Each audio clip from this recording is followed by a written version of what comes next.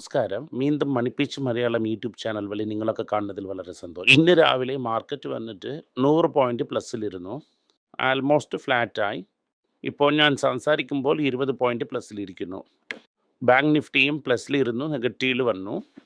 Market time some time tired ആയാലോ ഇല്ല excuse വേണമെങ്കിലോ ആ എക്സ്ക്യൂസ് വന്നിട്ട് ഇന്ന് ഈ ഫാർമയിൽ ടാരിഫ് വരാം എന്നാണ് ന്യൂസ് കിട്ടിയിട്ടുള്ളത്. ഇന്ന് ഡോക്ടർ റെഡ്ഡി 2% കറപ്റ്റ് ആയിട്ടുണ്ട്. ഇന്നലെ 200 പോയിരുന്നു. ഡോക്ടർ റെഡ്ഡിനെ കുറിച്ച് ഇന്നൊരു ന്യൂസുമുണ്ട്.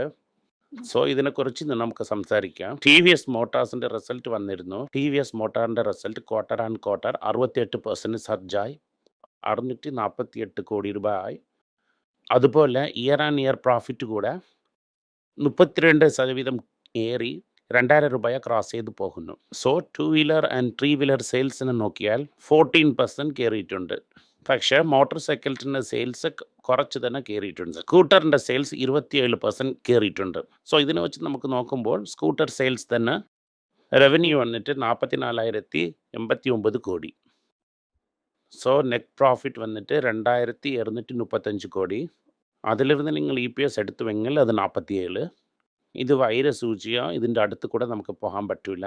ഇത് ഏഷ്യൻ പെയിൻറ്റിനെ പോലെ എന്തെങ്കിലും കറപ്റ്റ് ആയെങ്കിൽ നമുക്കിതിനെ കൺസിഡർ ചെയ്യാം. ഇതിനെ ഞാൻ 33 രൂപയ്ക്ക് കണ്ടിട്ടുണ്ട്, പക്ഷേ അപ്പം ഞാൻ കൺസിഡർ ചെയ്തില്ല.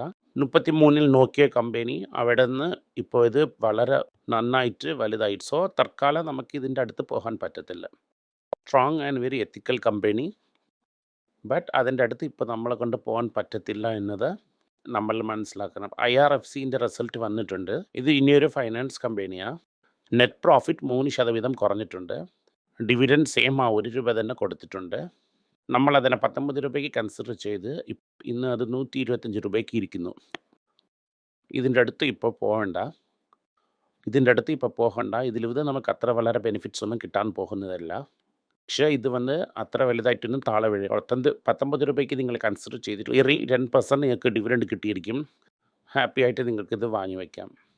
M&M വന്നിട്ട് SML നിന്ന് മെജോറിറ്റി വാങ്ങുമെന്ന് ഞാൻ പറഞ്ഞായിരുന്നു.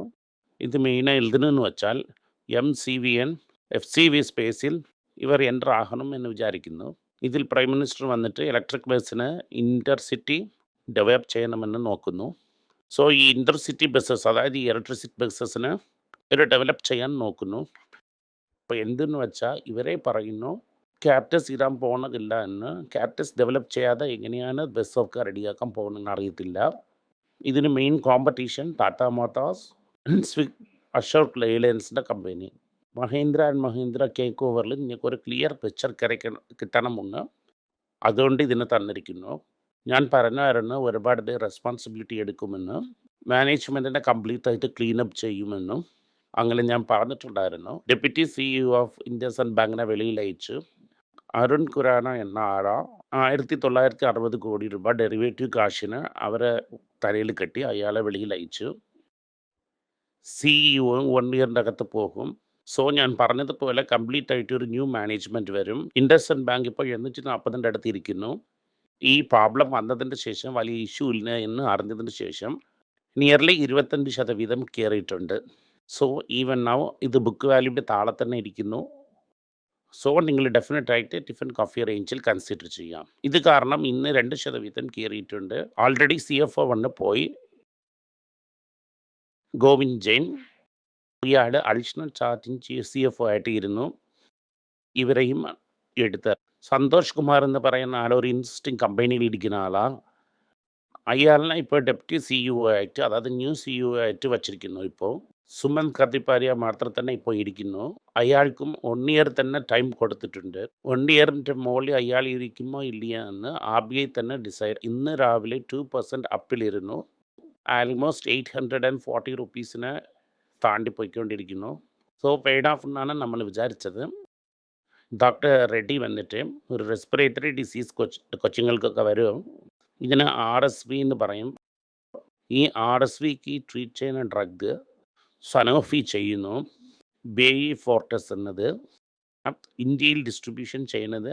അപ്പോൾ റെഡ്ഡി റൈറ്റ്സ് വാങ്ങിച്ചിട്ടുണ്ട്. ഇപ്പോൾ റെഡ്ഡി എന്ത് ചെയ്തതെന്ന് വെച്ചാൽ ഒരു VRS സ്കീം ഇട്ടിട്ടുണ്ട്. അതുപോലെ തന്നെ ഇവർ ഈ മെഡിക്കൽ ഡിവൈസസ്, വാക്സിൻ ഇങ്ങനത്തെ കമ്പനിയിൽ ടൈപ്പ് ചെയ്തുകൊണ്ടേ പോകുന്നു. പിന്നെ റെബിൽമെൻറ്റിന് ഡ്രോപ്പിനും അവർ റെഡി ആയിക്കൊണ്ടേ പോകുന്നു. ഇത് വന്നിട്ട് ഈ 2 വയസ്സിൻ്റെ ഉള്ളിൽ ഇരിക്കുന്ന കൊച്ചുങ്ങൾക്കാണ് കൊടുക്കുന്നത്. RSV ഇരിക്കുന്ന പിള്ളേർക്ക് കൊടുക്കാൻ മരുന്ന. റെഗുലേറ്ററി അപ്രൂവൽ വന്നിട്ട് യൂറോപ്പ്, ചൈന, US, ജപ്പാൻ എല്ലാം വാങ്ങിയിട്ടുണ്ടായിരുന്നു. അത് കാരണം ഇവർക്ക് മാർക്കറ്റിംഗ് ഓത്തറൈസേഷൻ കൊടുത്തിട്ടുണ്ട്. ഇന്ത്യയിലിരുന്ന് മാർക്കറ്റിംഗ് ഓത്തറൈസേഷൻ വാങ്ങിയിട്ടുണ്ട്. ഇത് എക്സ്ക്ലൂസീവ് ഡിസ്ട്രിബ്യൂഷൻ ഓഫ് ഇതിൻ്റെ പ്രൊമോഷനും ഡിസ്ട്രിബ്യൂഷനും ഡോക്ടർ റെഡ്ഡി ചെയ്യും. ഇത് ഇന്ത്യയിൽ വന്നിട്ട് കുറച്ച് പറയാൻ പറ്റുന്ന ഒരു വ്യാധിയാണ്. ഒരുപാട് കൊച്ചുങ്ങൾ അഫക്റ്റ് ചെയ്തിട്ടുണ്ട്. അത് കാരണം ഇത് വന്നിട്ട് പോയ വർഷം 36,300 കൊച്ചുങ്ങൾ മരിച്ചു പോയായിരുന്നു ഇന്ത്യയിൽ. ഇത് അണ്ടർ 2 ഇയേഴ്സ് കൊച്ചുങ്ങളാണ്. 3 മില്യൺ കൊച്ചുങ്ങൾക്ക് ഹോസ്പിറ്റലൈസേഷൻ നടന്നിട്ടുണ്ടായിരുന്നു. ഇത് ഒരു വലിയ ഓപ്പർച്യൂണിറ്റി ഫോർ ദം. FIAയും മ്യൂച്വൽ ഫണ്ടും ഇവൻറ്റായിട്ട് ബിഹേവ് ചെയ്യുമെന്ന് പറയുന്നു. ഈ ന്യൂ ഏജ് ലാസ്റ്റ് ബേക്കിംഗ് കമ്പനിയൊക്കെ FIA വിറ്റിട്ടുണ്ട്. നിങ്ങളെ കാശിനെ വെച്ച് മങ്കാത്ത കളിക്കാൻ വേണ്ടി ഇയാൾ വാങ്ങിച്ചിട്ടുണ്ട്. സൊമാറ്റോയിൽ പല പ്രോബ്ലങ്ങളുണ്ട്. അങ്ങനെ ട്വീറ്റിൽ ഒരാൾ വൈറൽ പോസ്റ്റ് ഇട്ടിട്ടുണ്ട്. എംപ്ലോയി തന്നെ ഓർഡർ ഇടണം എന്ന പ്രഷറും അവിടെ നടക്കുന്നു എന്നാണ് പറയുന്നു. ഇത് ടോക്സിക് വേൾഡ് കൾച്ചർ. ഇത് കാരണം തന്നെ പല സീനിയർ ലെവൽ മാനേജറൊക്കെ ഓടിപ്പോയെന്നും പറയുന്നു. ഇതൊക്കെ ആ ലെറ്ററിൽ പറഞ്ഞിട്ടുണ്ടായിരുന്നു. പക്ഷേ ഇതൊന്നും ഇല്ല. ഞാൻ വളരെ നല്ല ആളാണ്, ഞാൻ യേശുക്രിസ്തുവിൻ്റെ മറുപിറവി എന്നും പറയുന്നു. ഇത് സത്യമോ ഇല്ലയോ എന്ന് കുറച്ച് ദിവസം കഴിഞ്ഞിട്ട് നമുക്കറിയാൻ പറ്റും. കമ്പനി അത്രയും വലിയതായിട്ടൊന്നും പോയില്ല. സൊമാറ്റോ വന്നിട്ട് 2%, 3% കുറച്ചിട്ടുണ്ട്. പോളിസി ബസാർ 2%, ഡെലിവറി 1.8%, പിന്നെ FirstCry, Swiggy, Paytm, Netweb, Nykaa ഇതിലെല്ലാം കുറഞ്ഞിട്ടുണ്ട്. മ്യൂച്വൽ ഫണ്ട് ആര് വാങ്ങി എന്ന് വെച്ചാൽ Zomato, Swiggy, PolicyBazaar, delivery, Netweb, Paytm, FirstCry ഇതൊക്കെ വന്നിട്ട് മ്യൂച്വൽ ഫണ്ട് വാങ്ങിയിട്ടുണ്ട്. ഭൂബേവിക്കിൽ മാത്രം 2 പേരും സ്റ്റേക്കിനെ കുറച്ചിട്ടുണ്ട്. FIA കൊടുത്തുകൊണ്ടേ ഇരിക്കുന്ന ആവശ്യമില്ലാത്ത സ്റ്റോക്കിനെ. നിങ്ങളെ കാശിനെ കൊണ്ട് ആവശ്യമില്ലാത്ത സ്റ്റോക്കിനെ വാങ്ങിക്കൊണ്ടേയിരിക്കുന്നു. ബിഗ്ഗസ്റ്റ് ലൂസേഴ്സിൽ ഈ ലിസ്റ്റൊക്കെ അതിലിരിക്കുന്നു. ഇന്നും വലിയ ഗെയിൻ ഇത് നോക്കിയാൽ കോൾ ട്രേഡ് എന്ന് പറയുന്നു. ഈ കാൾ ട്രേഡൊക്കെ IPO പ്രൈസിനെ കഴിഞ്ഞു പോയിക്കൊണ്ടിരിക്കുന്നു. ഇതിനെക്കുറിച്ച് അറിയുന്നില്ല. പക്ഷേ ഇതൊക്കെ വളരെ റിസ്കി ബെറ്റാണ്. ഇത് ഉറപ്പായിട്ട് ലോസ് ആകും. നിങ്ങളെ മ്യൂച്വൽ ഫണ്ടിൽ ഇതൊക്കെ ഇരുന്നെങ്കിൽ ഇതിനെ വിട്ടിട്ട് ഓടിപ്പോകുന്നതാണ് നല്ലത്. സിപ്ല, ജെൻമാർക്കൊക്കെ എന്ത് ചെയ്യുന്നു വെച്ചാൽ അമേരിക്കയിൽ തന്നെ മാനുഫാക്ചറിങ് പ്ലാന്റിന് ഓപ്പൺ ചെയ്ത് അവിടെ റെഡി ചെയ്ത് അവിടെ തന്നെ ട്രംപിനെ വളരെ ഖുഷിയാക്കാൻ വേണ്ടി അവിടെ കൊടുക്കുന്നു. ലെൻമാർക്കും ശരി, സിപ്ലയും ശരി. ടൊയോട്ടയുടെ ചെയർമാൻ എന്തിന് പറയണമെന്ന് വെച്ചാൽ അവിടെ ഒരു സബ്സിഡറി ഇരിക്കുന്നു. അതിൻ്റെ പേര് ടൊയോട്ട ഇൻഡസ്ട്രീസ് എന്നാണ്. ടെക്സ്റ്റൈൽ ഇൻഡസ്ട്രീന് ലൂം കൊടുക്കുന്നു. ഓട്ടോ പാർട്സും സ്പേസ് പാർട്സും ചെയ്യുന്നു. അതിലിരുന്ന് 42% ടൊയോട്ടയുടെ കയറിയിരിക്കുന്നു. ഉള്ളതിൻ്റെ അടുത്ത് വലിയ ഷെയർ ഇരിക്കുന്നു. ആ കമ്പനിയിൽ ടൊയോറ്റനെക്കാട്ടിലും 9% ഷെയർ ഇരിക്കുന്നു. പ്രൊമോട്ടർ എന്ത് പറയുന്നു വെച്ചാൽ ഈ കമ്പനിയെ larger block deal take over ചെയ്യാൻ എൻ്റെ ഫോൾഡിങ് ഇൻ ടൊയോട്ടയിൽ ഇരിക്കുന്നതിന് അതിനെ കയറ്റിവിടാനും പറയുന്നു. ഇത് രണ്ടിനും ഹിസ്റ്റോറിക് ടൈപ്പ് ഇരിക്കുന്നു. ടൊയോട്ട ഇൻഡസ്ട്രീസ് തന്നെ ഒറിജിനൽ ബിസിനസ്. ജാക്കി ടൊയോട്ടയുടെ ആദ്യത്തെ കമ്പനി അത് തന്നെ.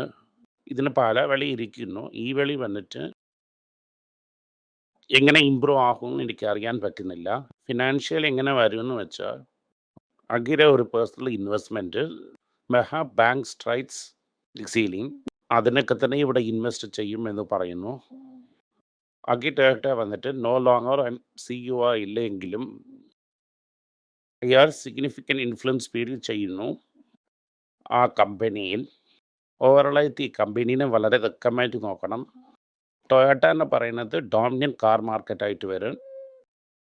ഇതിൽ യാതൊരു സംശയവും ഇല്ല. ഇന്ന് ICICI ബാങ്കിൽ രാവിലെ ലൈഫ് ടൈം ഹൈയിൽ പോയി. കർണാടക ബാങ്ക് 200 കഴിഞ്ഞ് പോയിക്കൊണ്ടിരിക്കുന്നു. കുറച്ച് ബാങ്കൊക്കെ നല്ല പെർഫോം ചെയ്തിട്ടുണ്ട്. HDFC ബാങ്ക് എന്ത് പറയണമെന്ന് വെച്ചാൽ കുറച്ച് ടാർഗറ്റ് ഇരിക്കുന്നു. അതിന് ടെമ്പററി ആയിട്ട് ഡെപ്പോസിറ്റ് ചെയ്യാമെന്നും ഈ എംപ്ലോയീസിനെ ഞങ്ങൾ ആക്ഷൻ എടുക്കുമെന്നും എൻ്റെ ഒപ്പീനിയൻ ഈ ഇമ്പോസിബിൾ ടാർഗറ്റിന് അവരെടുത്ത് കൊടുത്തുകൊണ്ട് ചെയ്യുന്ന പറഞ്ഞാൽ അത് ചെയ്യുന്നത് വളരെ പാടാണ്. ഇത് തന്നെ പ്രോബ്ലം. ഈ പ്രോബ്ലത്തിൻ്റെ സൊല്യൂഷൻ ഈ ടാർഗറ്റിനെ റീസണബിളായിട്ട് ഫിക്സ് ചെയ്യുന്നതാണ്. HDFCയിൽ പ്രോബ്ലം ഇരിക്കുന്നതിന് HDFC ബാങ്കിനോട് മെർജ് ചെയ്തു. ഇപ്പോൾ ക്രെഡിറ്റ് റെപ്പോസിറ്ററി റേഷ്യോ പ്രോബ്ലം എന്ന് എവിടെന്നെങ്കിലും ഡെപ്പോസിറ്റ് അക്കൗണ്ട് കൊണ്ടുപോകാന്ന് പറഞ്ഞാൽ ഇൻട്രസ്റ്റ് റേറ്റിന് കേട്ടത് ഡെപ്പോസിറ്റ് റേറ്റ് കൊണ്ടുവരാൻ പറ്റില്ല. നിങ്ങളെ ബാങ്ക് ഫൈസിന് നിങ്ങൾ ഡെപ്പോസിറ്റ് റേറ്റിനെ കയറ്റിയെങ്കിൽ വലിയ പ്രോബ്ലമിൽ പോകും. IDFC ഫസ്റ്റ് ബാങ്കിനെ പോലെ സ്മാൾ ബാങ്ക്സിനും ഈ ഡെപ്പോസിറ്റ് റേറ്റിനെ കയറ്റി വയ്ക്കാൻ പറ്റും. നിങ്ങൾ വന്നിട്ട് ഒരു ബെഞ്ച് മാർക്കിൽ ഇപ്പോൾ നിങ്ങൾ ഇൻട്രസ്റ്റ് റേറ്റ് ഡെപ്പോസിറ്റിനെ കയറ്റിയെങ്കിൽ എല്ലാവരും ഇതിനെ ഫോളോ ചെയ്യേണ്ട ഒരു സിറ്റുവേഷൻ വരും. ഇത് കാരണം മുട്ട ആദ്യം വന്നോ ഇല്ല പോളി ആദ്യം വന്നോ എന്ന് ഡിബേറ്റ് നടന്നുകൊണ്ടിരിക്കുന്നു. പിന്നെ ഇതിൽ എംപ്ലോയിനെ എടുത്ത് പ്രഷർ ഇടുന്നത് അത്ര വലിയ നല്ലതല്ല. നന്ദി, നമസ്കാരം. ഈ വീഡിയോ നിങ്ങൾക്ക് ഇഷ്ടപ്പെട്ടെങ്കിൽ ഈ വീഡിയോനെ ലൈക്ക് ചെയ്യുക, നിങ്ങൾ ചാനലിനെ സബ്സ്ക്രൈബ് ചെയ്യുക, ദെൻ ഈ ബെൽ ഐക്കോണ് പ്രസ് ചെയ്യുക. ഹിന്ദി അറിയാനുള്ളവർക്ക് പൈസ ബോൾത്ത ഹൈ എന്ന കന്നഡക്കാർ മണിമാത്ത് എന്ന ചാനലും തെലുങ്കുലും മലിമാത്തലു എന്ന ചാനലും ഉണ്ട്. നിങ്ങളുടെ ഫ്രണ്ട്സ് ആൻഡ് ഫാമിലിക്ക് ഷെയർ ചെയ്ത് അവർ നോക്കാൻ പറയുക. നന്ദി, നമസ്കാരം.